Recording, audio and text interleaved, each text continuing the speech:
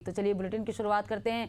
छत्तीसगढ़ में एक बार फिर सुरक्षा बलों को बड़ी कामयाबी मिली है। दरअसल बुधवार को दंतेवाड़ा जिले में 71 नक्सलियों ने आत्मसमर्पण किया। इनमें 30 नक्सलियों पर 64 लाख का इनाम घोषित था, जिसके बाद सीएम साय ने सोशल मीडिया पर पोस्ट करते हुए लिखा कि नक्सलवाद का अंधियारा छट रहा है। साथ ही उन्होंने इसे पूना मारगेम और लून वराटू अभियान की सफलता बताई है। उन्होंने कहा कि ये परिवर्तन बस्तर के उज्जवल भविष्य और शांति की ओर बढ़ते कदमों का सशक्त संकेत है।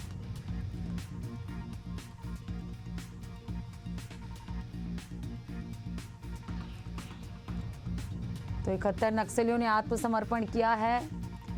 सीएम विष्णुदेव साय ने सोशल मीडिया पर पोस्ट किया है, छट रहा है नक्सलवाद का अंधियारा। उन्होंने अपने पोस्ट में लिखा है, शांति की ओर बढ़ते कदम का संकेत है ये, सीएम विष्णुदेव साय ने कहा।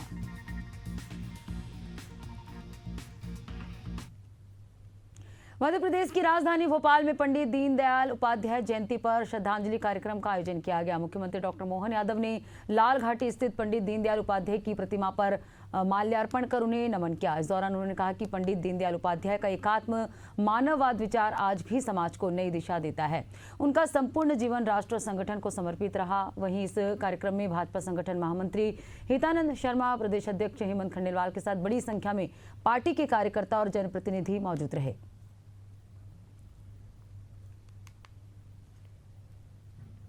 पंडित दीनदयाल उपाध्याय जिनकी 109वीं जयंती है और यशस्वी प्रधानमंत्री श्रीमान नरेंद्र मोदी जी के नेतृत्व में जिस प्रकार से देश में स्वदेशी का अभियान चल रहा है, हमारी भारतीय जनता पार्टी का भी स्वदेशी सप्ताह का आज शुभारंभ है। ये दो महान हस्तियां पंडित दीनदयाल उपाध्याय जिनका जन्म जयंती आज है और 2 अक्टूबर महात्मा गांधी जी की जयंती, ये दो पवित्र आत्माओं के इस देश के अंदर किए गए योगदान को नमन करते हुए हमारी भारतीय जनता पार्टी ने जो सेवा सप्ताह के साथ ये स्वदेशी सप्ताह का प्रादुर्भाव किया है। आज से लगा करके 2 अक्टूबर तक पंडित दीनदयाल उपाध्याय से लेकर के हमारे महात्मा गांधी की जयंती तक का ये जो सप्ताह का आयोजन किया जा रहा है, ये हमको प्रेरणा देगा। स्वदेशी का बीज आत्मनिर्भरता का वृक्ष बनकर निकलने वाला है। भोपाल में सरोजनी नायडू कन्या महाविद्यालय के पास सोन चिरैया हॉकर्स कॉर्नर में 2 दिवसीय मेला का आयोजन किया गया, जिसमें महिला स्व सहायता समूह के स्वदेशी उत्पादों को प्रोत्साहित किया जा रहा है। वोकल फॉर लोकल के लिए आयोजित इस मेले का उद्घाटन विधायक भगवान दास सबनानी, महापौर मालती राय ने किया।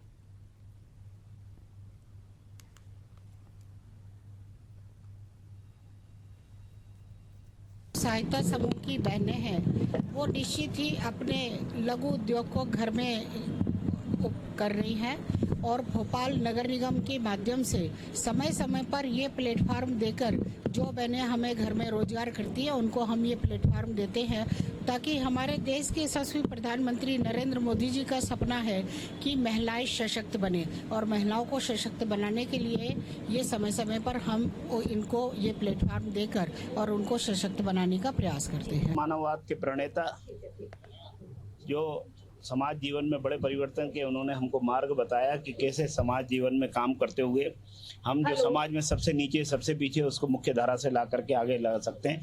ऐसे पंडित दीनदयाल उपाध्याय जी के आज जन्म जयंती के अवसर पर हम सारे कार्यकर्ता आज विभिन्न कार्यक्रमों के साथ जुड़े हैं, जहाँ एक तरफ माननीय प्रदेश अध्यक्ष जी, संगठन महामंत्री जी, माननीय उप मुख्यमंत्री जगदीश देवड़ा जी ने स्वच्छता अभियान, फिर वृक्षारोपण का कार्यक्रम किया, स्वास्थ्य शिविर का कार्यक्रम यहाँ नूतन कॉलेज में माननीय राजेंद्र शुक्ला जी ने किया। ये सब हमको इस सेवा पखवाड़े के अंतर्गत 17 सितंबर से 2 अक्टूबर तक माननीय प्रधानमंत्री जी के जन्मदिन से लेकर के गांधी जयंती तक ये सब कार्यक्रम, और इसमें दीनदयाल जी के आज जयंती पर भी हम ये कार्यक्रम प्रतिवर्ष जो आयोजन करते हैं उसी रूप में आज जगह जगह ये कार्यक्रम आयोजित किया जा रहा है।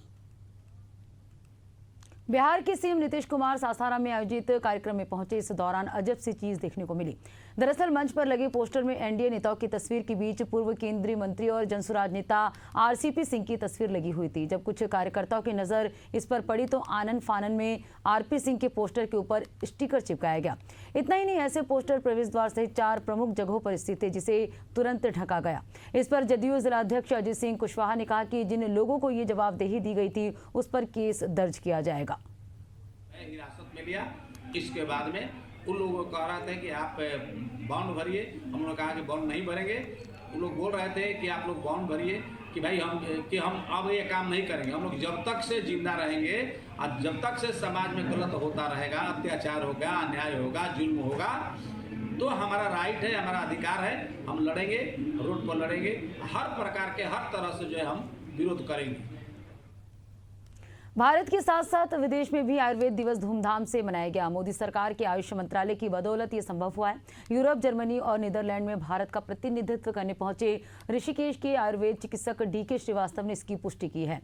उन्होंने बताया कि आयुर्वेद दिवस पर चिकित्सकों और अन्य स्वास्थ्य विशेषज्ञों के साथ आयुर्वेद के विज्ञान की उपयोगिता को विदेशियों ने समझा है। उन्होंने बताया कि विदेश में गंभीर बीमारियों से पीड़ित मरीज आयुर्वेद के इलाज करने के लिए लगातार भारत आ रहे हैं और उपचार में फायदा होने पर विदेशी अपने देश में जाकर आयुर्वेद का गुणगान करने में लगे हैं, जिससे विदेशों में आयुर्वेदिक दवाइयों की डिमांड बढ़ी है।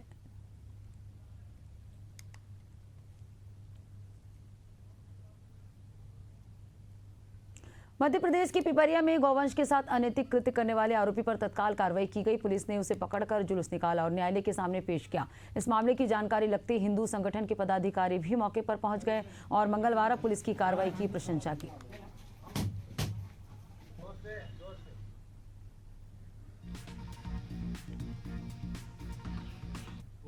सूचना मिली थी कि सरदारवाड़ में एक नफीस नाम का लड़का है जो एक बच्चिया के साथ अनैतिक कृत्य करने की कोशिश कर रहा है और आपत्तिजनक स्थिति में है। सूचना पर तत्काल जो है टीम को रवाना किया गया और आरोपी नफीस को अभिरक्षा में लेकर के पशु क्रूरता अधिनियम में मुकदमा कायम कर लिया गया।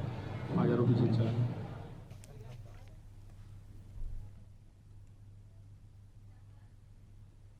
और चलिए इस बीच राजधानी रायपुर से बड़ी खबर सामने आ रही। GST को लेकर मंत्री OP चौधरी का बयान सामने आया। अवैध गुटखा कारोबारी पर छापेमारी को लेकर बोले, GST में विभाग का स्पष्ट मत है 10 से 0% पर छूट दे सकता है, लेकिन ऑर्गेनाइज के तौर पर GST चोरी पर कार्रवाई करते हैं।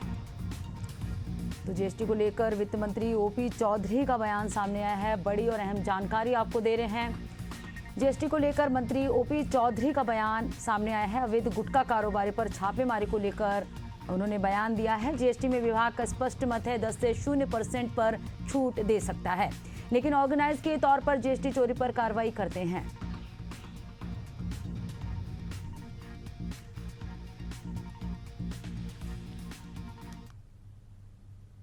अगली बड़ी खबर श्योपुर से। जिला अस्पताल में बिगड़ती स्वास्थ्य सुविधा, मरीज के परिवार ने वीडियो बनाकर किया वायरल। जिला अस्पताल में गर्मी और उमस से मरीज परेशान है। जनरल वार्ड में भी बंद पड़े हैं AC। श्योपुर से बड़ी खबर आपको बता रहे हैं, जहां व्यवस्था को लेकर बड़ी लापरवाही उजागर हुई है। मरीज यहां अव्यवस्था के चलते परेशान है। जनरल वार्ड में भी AC की सुविधा नहीं है। जिला अस्पताल में बिगड़ती स्वास्थ्य सुविधा की तस्वीरें सामने आई है। मरीज के परिवार ने वीडियो बनाकर वायरल किया है। जिला अस्पताल में गर्मी और उमस से मरीज परेशान है। जनरल वार्ड में भी बंद पड़े हैं AC। तो कहीं ना कहीं स्वास्थ्य सुविधा यहाँ पर अव्यवस्था है। जिला अस्पताल से ये तस्वीरें सामने आई है, जहाँ मरीज परेशान है अव्यवस्था के चलते। जनरल वार्ड में भी AC बंद पड़े हैं। मरीजों को ये OPD है। जिला अस्पताल की अव्यवस्था की तस्वीरें सामने आई हैं। अरे मरीज के परिजनों ने वीडियो बनाकर वायरल किया है। जिला अस्पताल में गर्मी और उमस से मरीज परेशान है। तो मरीजों की तो क्या स्थिति होगी, ये देखिए आप, ये दोनों पंखे बंद है, चला के देख लीजिए। ये OPD है श्योपुर जिला की, ये दोनों पंखे बंद हैं। अरे मरीज ये मरीज पड़े हैं। तो श्योपुर के जिला अस्पताल की ये तस्वीरें सामने, जहां बिगड़ती स्वास्थ्य सुविधा की तस्वीर सामने आई है। मरीज के परिवार ने वीडियो बनाकर वायरल किया है। जिला अस्पताल में गर्मी और उमस से मरीज परेशान हैं। और चलिए बात करेंगे अगली खबर की। उत्तर प्रदेश के सोनभद्र में अलग अलग सड़क हादसे में 2 लोगों की मौत हो गई और एक शख्स गंभीर रूप से घायल हो गया है। पहला हादसा बमनीडीहा गांव में हुआ, जिसमें बाइक और पिकअप की टक्कर होने से बाइक सवार की मौत हो गई। वहीं दूसरा हादसा देवरी गांव का है, जहां एक ट्रैक्टर अनियंत्रित होकर पलट गया, जिससे ट्रैक्टर सवार एक अधेड़ की मौके पर ही मौत हो गई और एक शख्स गंभीर रूप से घायल हो गया, जिसे इलाज के लिए अस्पताल में भर्ती कराया गया है। फिलहाल पुलिस दोनों हादसों की जांच कर रही है।